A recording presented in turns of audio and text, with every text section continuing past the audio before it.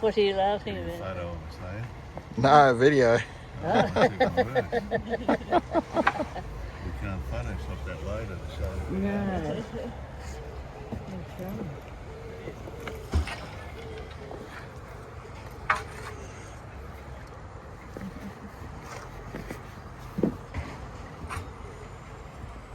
Bubbly. That's candle tea, isn't it? Those yellow and pinky coloured flowers. I think it's candle tea or something like that. And is that ragwort, Andrew? Yes, it is, isn't it? We know where to blame people that have brought it out to Australia.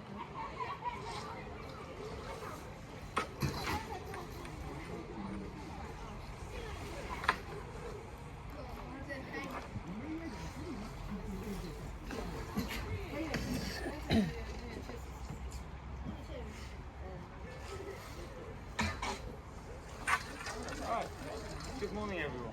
Hello. I'm going to be your tour guide on the river today. How are we all doing this morning? Good thanks. Where are we all from? Australia. Yeah. We are. Brilliant. Where in Australia? Tasmania. Yeah. Tasmania. Brilliant. Long ways to come. Yes. You on That's right. holiday in the UK or?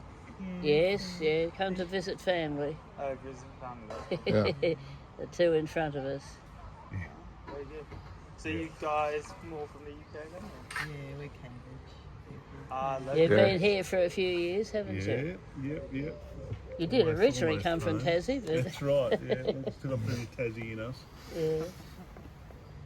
So have you guys been punting before then? Yeah. We have, but we didn't we were trust not in- ourselves to do it ourselves. But we've been on the tour with the Granty crew before. The professionals. So we Yeah, know yeah. exactly. Need to have someone that knows what they're doing rather than finding out after the episode. Not Well, quite if either sure. you do fancy to go at the end. No, thanks. That's kind, but You no. might, I'd get You in wouldn't want to really big embarrass trouble. That's right. Exactly. Yes.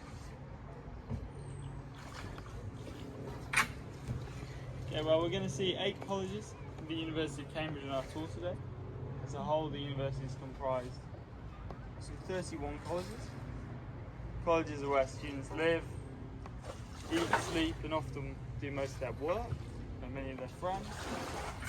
To be a student here at the University of Cambridge, you're first and foremost a member of the college at the University of Cambridge. It's to the college that you'd apply if you wanted to come here, not the university as a whole. As I mentioned, there's 31 colleges as a whole in the city, but we're going to see all 8 of the colleges that are on the river today. Yes. If at any point anyone's got any questions about anything I'm saying about the history of the city, about Cambridge, about any of the buildings or colleges, or has any questions come to mind, I'll think of those things tonight. It's a bit late then to be. Thank you. Thanks. Yeah. shout them out, let me know. The swan. Oh, there's 2 of them, and they've got some signets. Signets there, babies.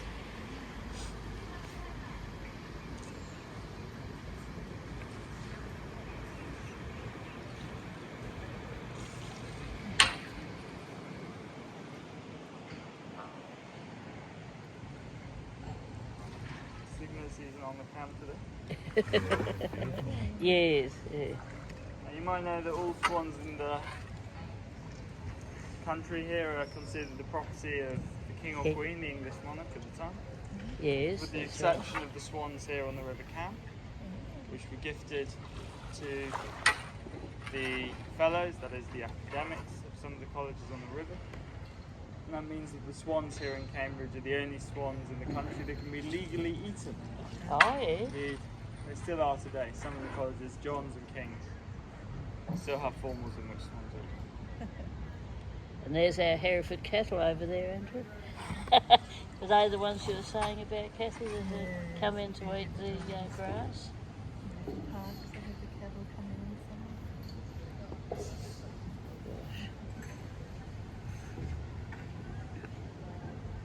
summer.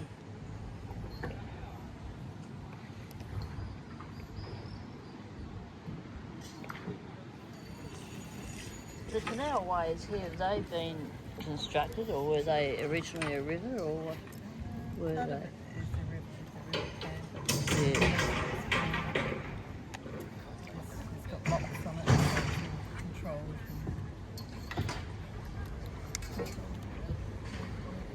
Keep you fit. And the university here in Cambridge was founded in 1209 by a group of students fleeing from Oxford University. They were fleeing Oxford because two of their fellow students had recently murdered a local landlady, Oh, for which they were tried and executed. And some students at the University of Oxford thought there had been a miscarriage of justice somewhere along the way, and so they suspended the university and rioted. In response, townspeople in Oxford rioted back, and a wave of violence that engulfed the city in 1209 led some students to flee here, to Cambridge, where there was an established scholastic community. Founded the university, which was granted papal approval in the year 1290. The first college, Peterhouse, was founded just over that grey brick building there in the year 1284. that's a long time ago. Over 800 years old, it's the second oldest university in this country, after Oxford.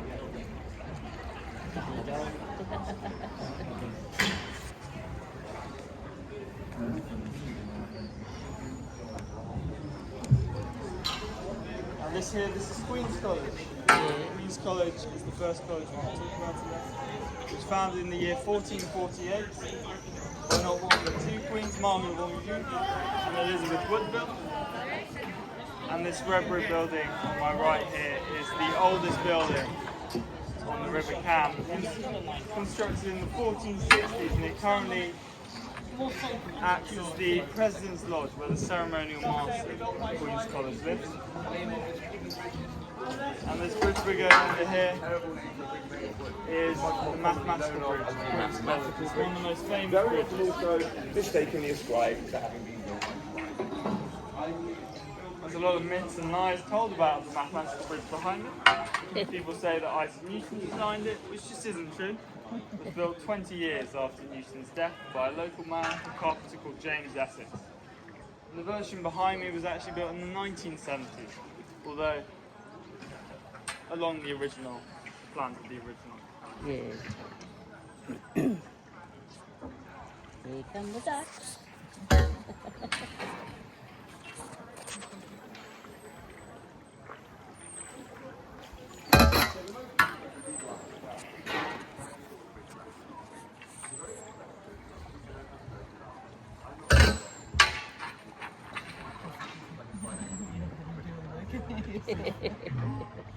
You just sit back and enjoy. Ladies and gentlemen, this building on my right is the Erasmus building, Queen's College. It's student accommodation, like many of the buildings on the river.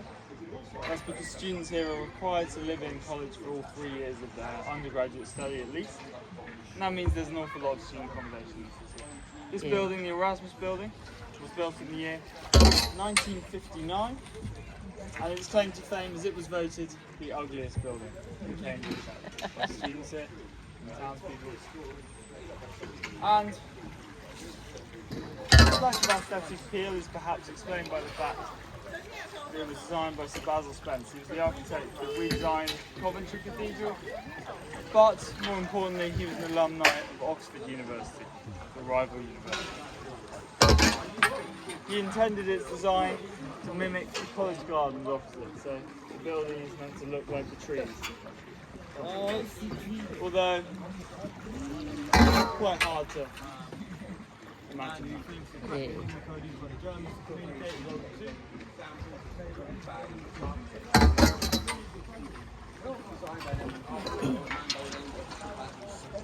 Oh, I don't know where to look.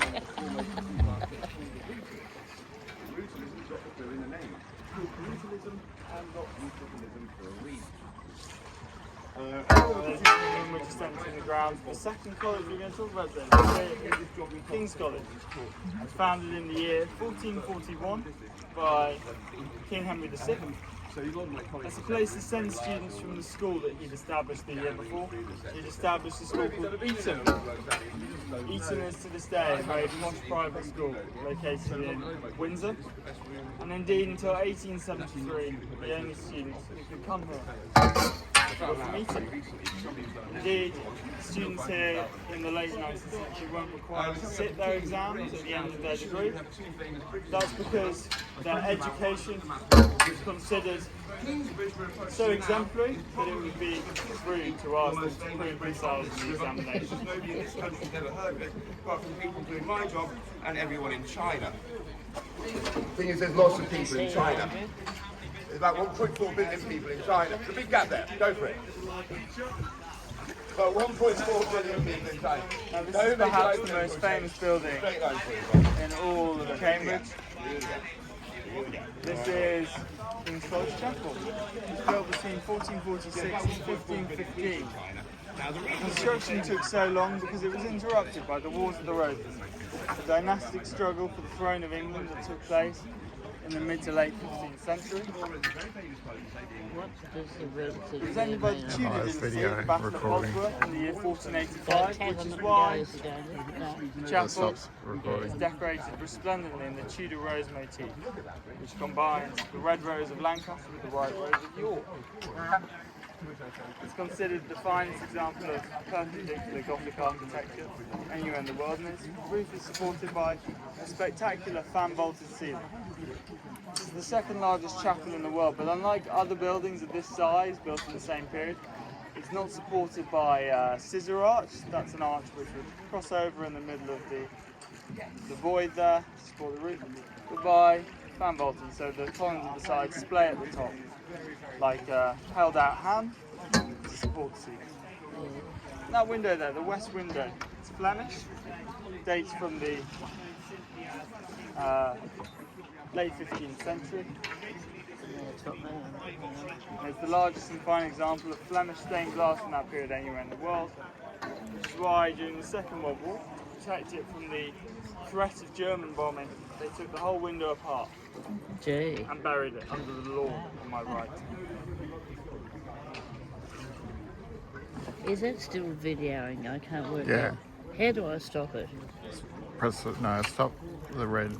Just press there. Yeah. And it's on red, but So- that still says video on top. No, but if you And want over- photo, you Yeah, press so- photo. There, it's photo. Isn't it? No, No. the word photo. Ah, sorry. Yes, now I can see where it's Now, scrolled. there's just entering the grounds of the best college in Cambridge. Is that where you went, is it, or going? This is where I went. It was founded in the year 1326 by Robert de Vere, then refounded by the college's namesake, a woman called Elizabeth de Clare, in the year 1338. Now, Elizabeth de Clare, she was the richest woman in Europe at the time.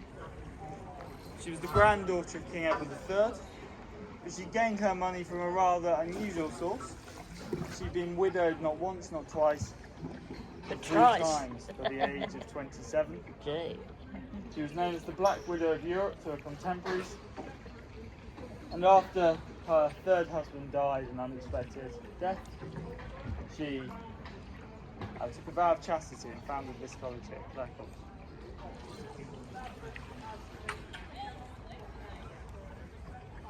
Recent notable alumni of this college include the British documentary filmmaker Sir David Attenborough. He filmed his first ever nature documentary. It was about butterflies and it was filmed on a college garden, the bank just then. Wow. Yeah. He comes back regularly to celebrate his birthday actually. Yeah. How old is Sir David now? He's like 96 now. He's getting on a bit. Yes, he's done a heck of a lot. He's still So, going, I think. He's done his naturalist. last one very recently.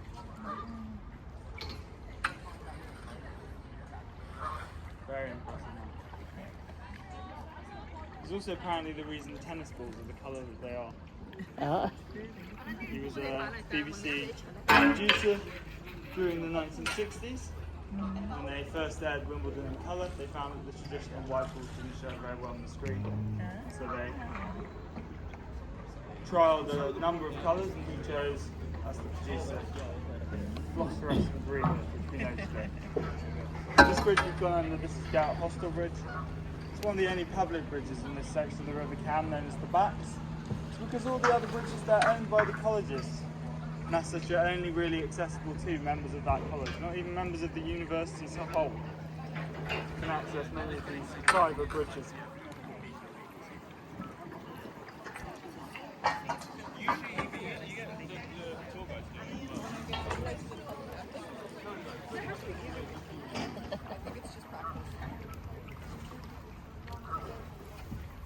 We're just entering the grounds of the richest college in Cambridge. This is Trinity College. Trinity College was founded in the year 1546 by King Henry VIII, and he gave it much of the money that he'd recently taken from the Catholic Church in the dissolution of the monasteries. This means Trinity College today remains one of the largest landowners in the UK. It's said that you can walk between here and central London on land that is exclusively owned by the college.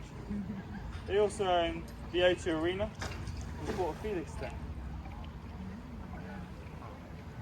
They're worth an estimated £2.4 billion at the moment. That's more than all of the Oxford colleges combined. Notable alumni of Trinity College include the philosopher Wittgenstein, the romantic poet Lord Byron, 6 British Prime Ministers, 2 British Kings. Nehru, the founder of the modern day state of India, studied here. And Isaac Newton, the man who explored the laws of gravity and first discovered calculus when he was a fellow.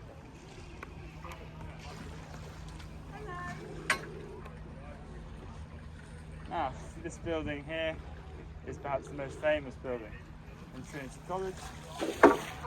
This is the Wren Library.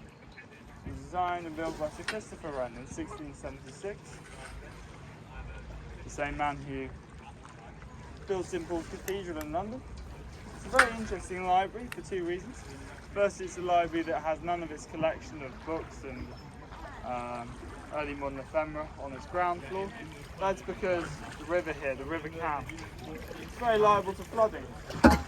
And as such, to protect these valuable manuscripts from river water, they're all kept on the upper 2 floors of the library.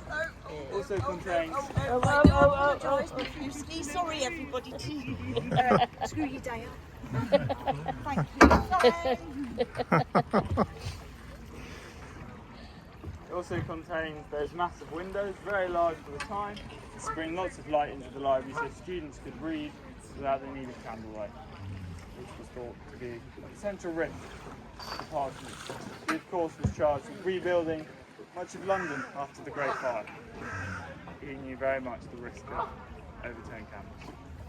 Now across the water to my left is St John's College. St John's College is the rival to Trinity. It was founded in the year 1511 with the money from Margaret Beaufort.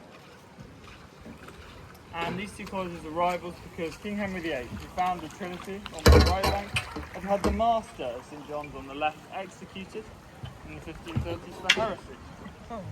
He was executed because King Henry VIII was converting this country to Protestantism and changing the churches to the Church of England. And the man on the left bank, John Fisher, who was master of St John's, he protested. That was the Fisher College The bad in Catholic Tasmania, Inquisition isn't had it? his head removed from his shoulders. Ever since, there's been a bitter rivalry between these 2 colleges, and that's represented architecturally over the main gate of the new court building on my left. You'll see an eagle. The eagle is the mascot of St John's. It's been Yeah. made to face that way because the eagle refuses to look at their enemy, Trinity. Such is the rivalry between these 2. The building on my left, the new court building, was originally built in the year 1838. It's still used today. It's 2nd and 3rd year student accommodation for those who go to St John's. And another fact about this, it was originally meant to be Hogwarts in the Harry Potter movies. The college was trying to charge too much money. They were charging £30,000 a day, or intending to, and so these movies, these films, they were filmed elsewhere. For example, there's lots of cathedral, and then also with a lot of CGI.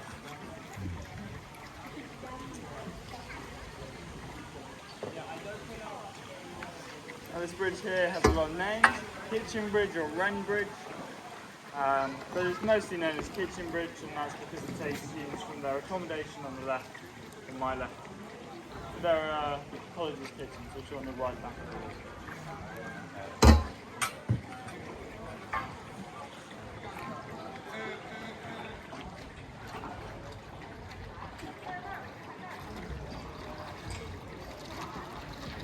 And this is the most famous bridge Yeah. in all of Cambridge. This is the Bridge of Sighs at St John's College.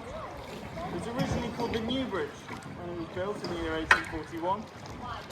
But it gets its name now from the Bridge of Sighs in Venice. The Bridge of Sighs in Venice is of course named for the final sighs of condemned prisoners as they journey from their cell to the execution block Yeah. in the Doge's Palace. There's no cells or execution blocks in St John's, and the only sighs to be heard here are the sighs of students returning from exams they haven't done so well. But Queen Victoria saw this bridge above me in the late 19th century and remarked how much it reminded her of the aforementioned bridge in Venice, and so the name has stuck. It's now known as the Bridge of Sighs. Yeah. There's also a Bridge of Sighs in Oxford.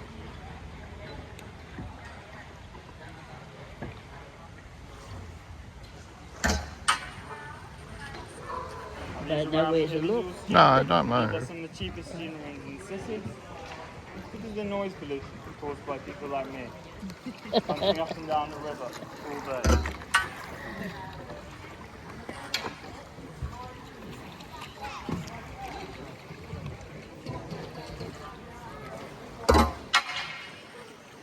Now that hole there on the left, that's a swan port. Oh, yeah. It's intended to catch those swans that I was talking about earlier in the tour, so they could be caught and eaten in the late 19th century. It's not used at the moment, but as I mentioned, swans are indeed still eaten. If you have a look at the back of the new court building, you'll see it's covered resplendently in Boston ivy. That's because when they were building this building, they ran out of money. You'll note that it's finished at this end with inferior brickwork as opposed to the much nicer masonry stone over there. And so to disguise this fact, the college grew a massive amount of Boston ivy over the back of their building. It's now part of the listing of the building, which means they can't remove it, despite the fact that the ivy itself is quite damaging. Yeah. So ladies and gentlemen, this is the halfway point in our tour today, so we're going to spin around in just a moment. But as we spin, I'll ask you to look over there. That is Magdalen College. Magdalen College is perhaps the most conservative college in Cambridge. It was the last college in the university to admit women, only doing so as late as the year 1989. Indeed, on the day that women were finally admitted to Magdalen College behind me, students and fellows had a protest, as they termed a funeral to education. They wore black armbands, parade an empty coffin to the streets of the city, and flew the flag of the college at half-mast. Since then, women have outperformed men at the university, and now 60% of all undergraduates here are female. Perhaps that's why they were so worried. Now this building on my right is the Cripps Court of St John's. First year student accommodation here. The students have a different name, but they call it the multi-storey car park. Because when the current king, King Charles III, opened this building in 1969, whilst he was a student here, he remarked, "That's the goddamn ugliest building I've ever seen. Looks like a bloody multi-storey car park." Into a microphone that he didn't quite realise was on. Ever the diplomatic man, the name has stuck. And students to this day call it. Well, it's tradition, isn't it? I was going to say you stick with it. Gosh. Now, ladies and gentlemen, does anyone have any questions? On the way back up, we're going to talk a bit more anecdotally about student life here I've over the got my past finger 8 out. or so 100 years. One of my favourite anecdotes about the city took place under the Bridge of Sighs before. In the year 1964, the master of this college, St John's, who lived in the Red Brick Lodge over there, told students that they weren't allowed to bring their cars with them to university. In response, students here at St John's, they stole the master's car. They put it on a punt like the one we're on today. They punted it down the river overnight, and they used chains and ropes to suspend it here beneath the Richard Under the bridge. The master awoke from his bedroom that overlooks it, saw his beloved vehicle dangling above the river, and gave them a day to get his beloved vehicle back. The students did, luckily, and afterwards it said that he took them to the pub, the bar, bought them a pint and said, "Well done, thank you very much, please don't steal my car again." There's a brilliant picture of this online if you want to see. It's important to note that since then, students have not been allowed to bring their cars to university if they go to St John's.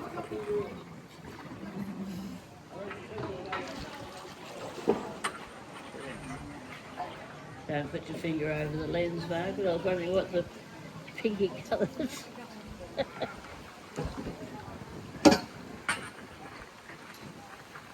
Were they predicting rain today? They sort of were. Misty. Yeah.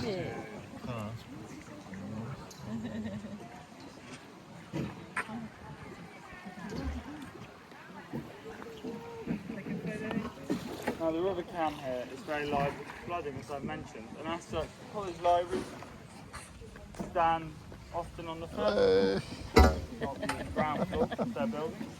One such example is St John's College Library, which is in the Redbury building behind me.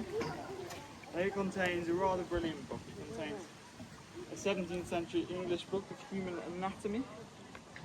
Now this book of human anatomy is notable because it's made of a very interesting material. The book is constructed of, would anyone like to guess? Human skin. Yeah, be skin or Human skin is or correct, if I heard that. the intestines. I don't know. Skin possibly. Yeah. Skin is correct. Yeah. I don't know whose skin. It's not as outlandish as it may initially sound. Many of the books from that period were written on vellum, which is stretched deer skin. That's right. And so the Yeah. same process could be repeated with a human if you so wished. And they did wish. Oh, low battery, so I'm going to turn off. Bugger. My left here is St John's, the Wren Library at Trinity College again, and it contains a number of brilliant books. These include one of the first ever English translations of the Bible, a Gutenberg Bible, dating from the year 1511. Contains Shakespeare's first folio, the very first copy of Isaac Newton's Principia Mathematica, his personal copy, and also one of the earliest editions known of Winnie the Pooh. All are located.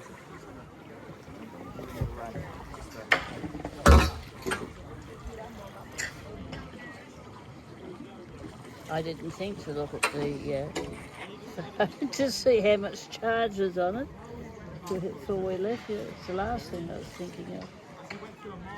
Now, if we go past the St John's New Court building, have a look at the clock tower. You'll see the clock tower is incomplete. It's missing a clock, actually. That's because, again, they ran out of money. They've since tried to add the clock back in, but because the building is listed, they're not allowed to make such a major alteration to its appearance. Yes, it wouldn't be in keeping, would it, with the It wouldn't history? mean, yeah, to have a finished building would be wrong. Now, one of the most famous alumni to go to this college, Trinity College, is the current king, King Charles III. Studied here when he was Prince of Wales between the years 1967 and 1970. He studied archaeology. Initially, he wanted to be treated like any other student at university. That was until he failed his entrance exams. He didn't get in, and he had to get his mother, who was then the Queen, to write a letter to the Master of Trinity, who she personally knew, requesting that they correct their quote-unquote administrative error. He did. He was allowed to attend. Unfortunately, in his time here, he didn't do much studying. Indeed, it was said he spent most of his days and nights in the student theatre. And so when it came time to sit the final examinations in the summer of 1970, he didn't do so well. He only got a 2-2, which is a second-class degree from the university. Unfortunately for him, his bodyguard, who'd been with him every waking moment of the last 3 years, were unusually also allowed to sit the Tripos exams. Did he They did much pass? better than him. They actually got quite high 2-1s. So make of that what you will. Whatever you say, it hasn't held him back in life. He's done very well for himself, despite his academic shortcomings. He was born into the job though, wasn't he?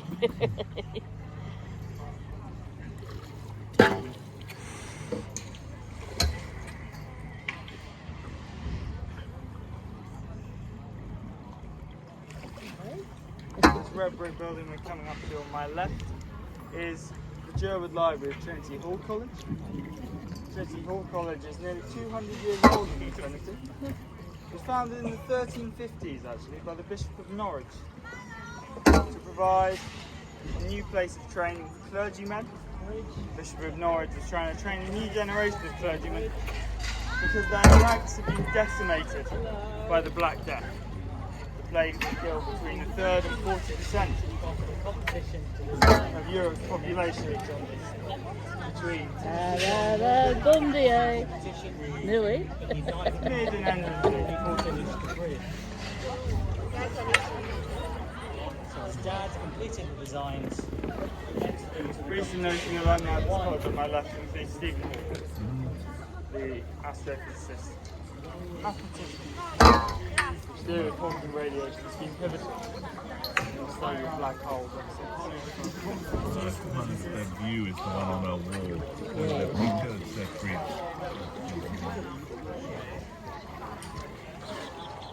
Now, another fact about the Clare College Fellows Gardens on my right is it's here that the only banana to grow outside in the UK was grown about 4 or 5 years ago. They're growing bananas to see if they could grow as a result of climate change. And they indeed can. Now, ladies and gentlemen, this building we're coming towards here is Clare Bridge. It's the oldest bridge on the River Cam. It was built in the year 1638. And initially,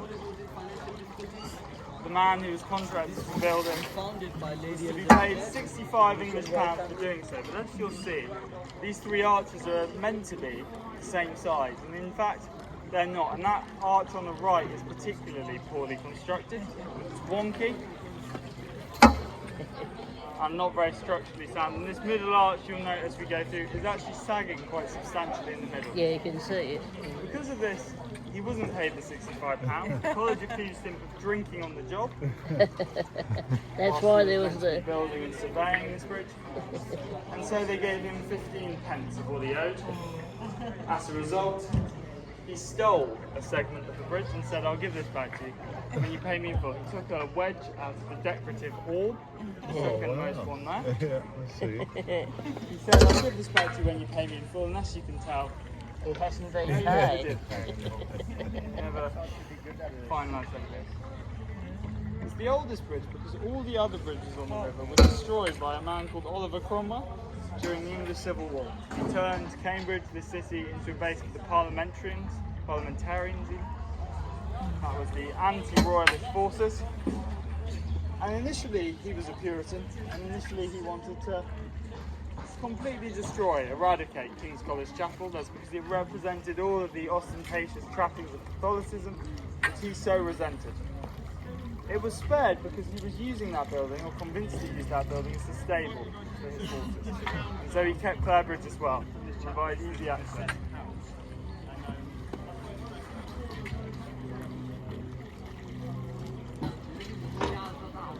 King's College Chapel more recently has been the site of a great number of student practical jokes.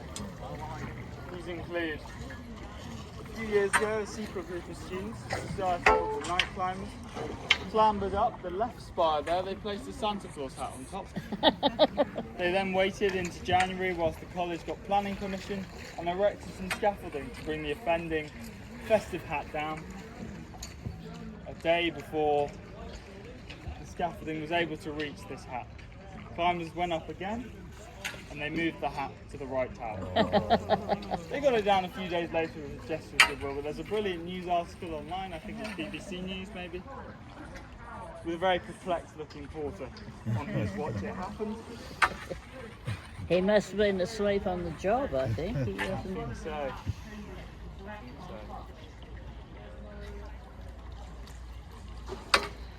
This bridge is Kingsbridge, built in about 1819, but they don't quite know the date for sure.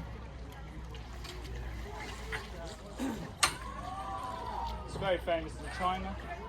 This bridge has perhaps the most famous poem to exist in China. It's about leaving Cambridge and this bridge reaches heaven in the imagery. So Shujimo draws on. He's like their equivalent of Wordsworth, I would say. That's why Cambridge is much more popular than Oxford, the Chinese story. You wouldn't be biased, would you? Well, I wouldn't be. I'm not Chinese. I've never heard of him before. But very, very renowned over there. This building on my left is first year student accommodation for King's College. And as such, a number of very notable King's College alumni have lived there. These include members of the Cambridge Five, a group of communist spies or British spies even who defected to the USSR. And also Sir Alan Turing. Now, Sir Alan Turing was a mathematician and cryptographer who during the Second World War was able to break the Nazi Germans' Enigma code, saving millions of lives and shortening the war by an estimated 2 years. He lived in the room where these two windows are.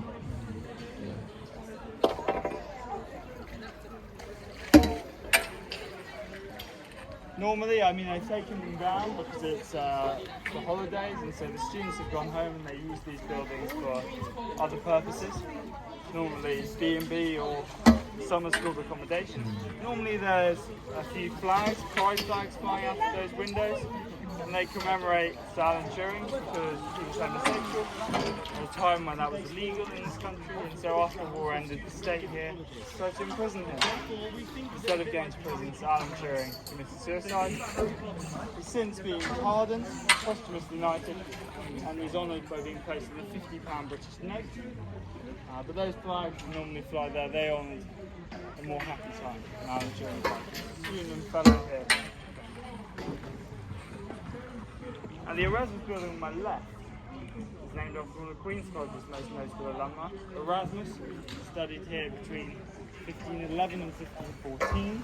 He was a Dutch humanist and scholar, and his claim to fame is he was probably the last man alive to have read every book in existence. He'd read everything there was to read in Western Europe at the time, in English, French, German, Spanish, Latin, ancient Greek, German, Czech and Polish. He's a very well-read man, and since his death, the explosion in publishing means that such a feat would almost certainly be impossible. Apparently he didn't really like Cambridge. Thought it was too rainy, too wet, too cold. Which is why he left so soon. No pleasing people, is there?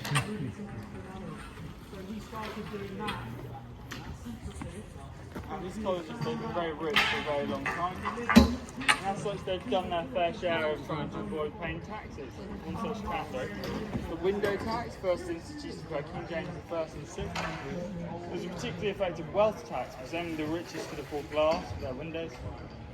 And so colleges like Queen's, as you can see on my left, they bricked up some of their windows in order to avoid paying this levy. It's actually, the window tax is where we get a colloquial phrase, daylight robbery. Yes, that's right. The king Yeah. literally stealing daylight from his subjects.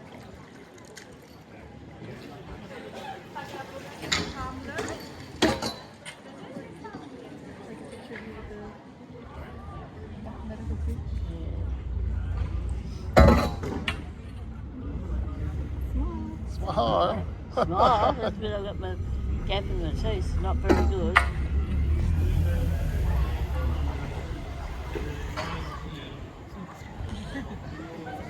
Trophy James Central. Yes. Oh.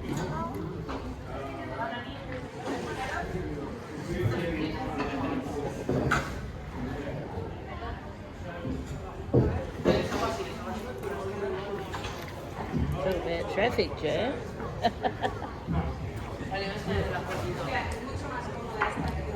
Yeah.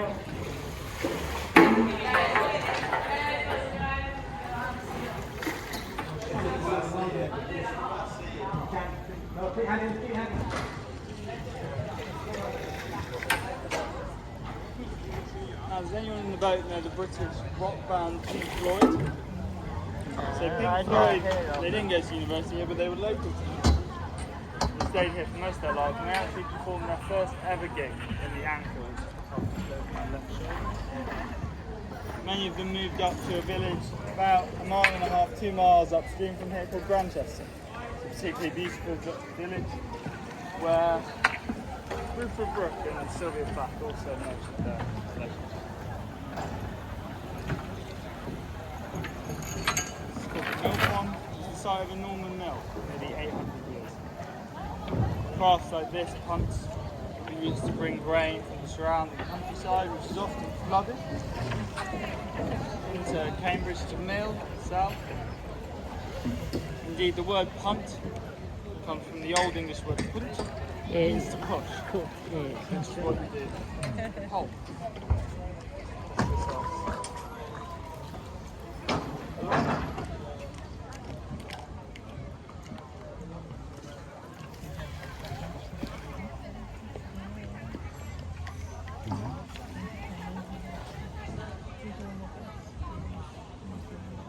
Now this college on my right, this is the last college we are going to talk about today. This is Darwin College. Darwin College was founded in the year 1964 by the Masters of St John's, Gomberlin Keys and Trinity to meet a growing demand for postgraduate education in Cambridge. It's one of only 2 postgraduate only colleges in the university, the other being Clare Hall.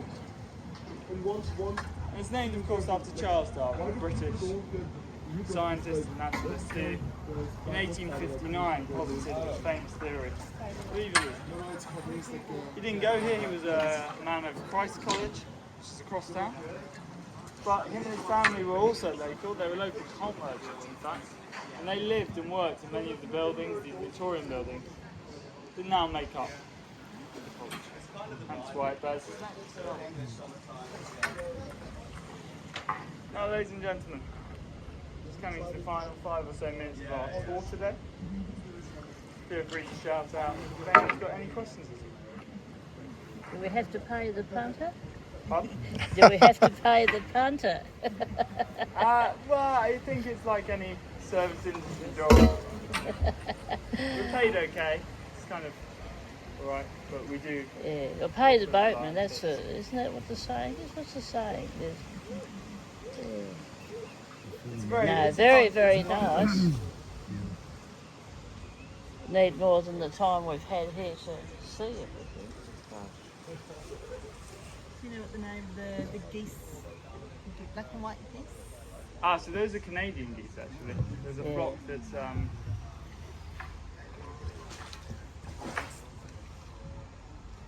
here over the summer. Yep. And you might have also noticed there's a few British geese, so those are the ones with the orange beaks in there as well.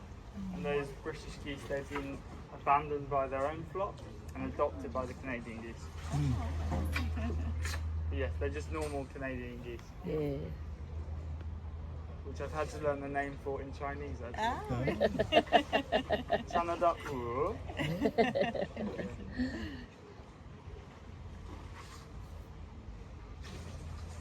Turn that off.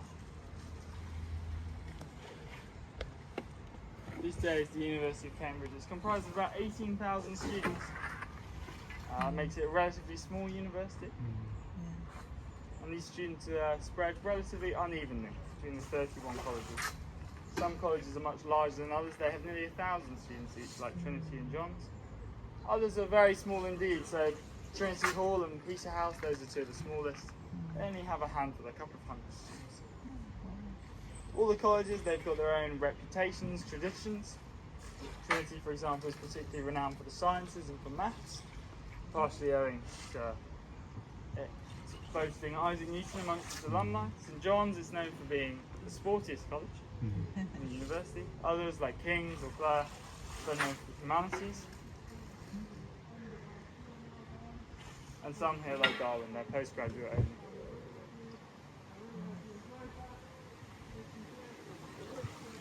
All the colleges have their own little traditions.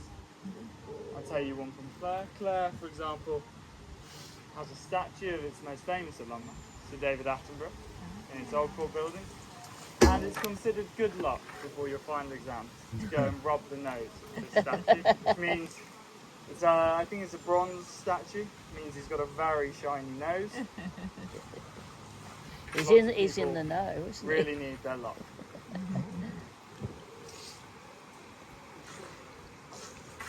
Now, ladies and gentlemen, we're just coming to the final few moments of our time together today. I do hope you've enjoyed. Everyone Yep. just keep their hands, especially their fingers, their arms and their feet Inside the boat. at all times whilst we come into the park, just to avoid any unnecessary Amputations. If anyone would like to tip today, I'd of course be grateful. We take cash or cards. If anyone's got any questions at all after all off the boat, feel free to grab me for a few minutes to help and answer anything you might be thinking. As I said though, please do keep your arms, your fingers inside the boat, and please remain seated until either myself or one of my lovely colleagues helps you off. It's just because whilst you push off and try and step onto land, it's the most likely point that you're going to take an unnecessary swim in the River Cam. I swim in here sometimes, further up north in Grantchester, but we don't want to go in at the moment. Believe me, it's not very nice. Does the water quality go up and down during the year up there? Yes, it does change a lot. It's actually a lot better in winter. It's because it's almost too cold for the pathogens to live. So it's a bit of bunkers. So it's much safer to swim there in winter.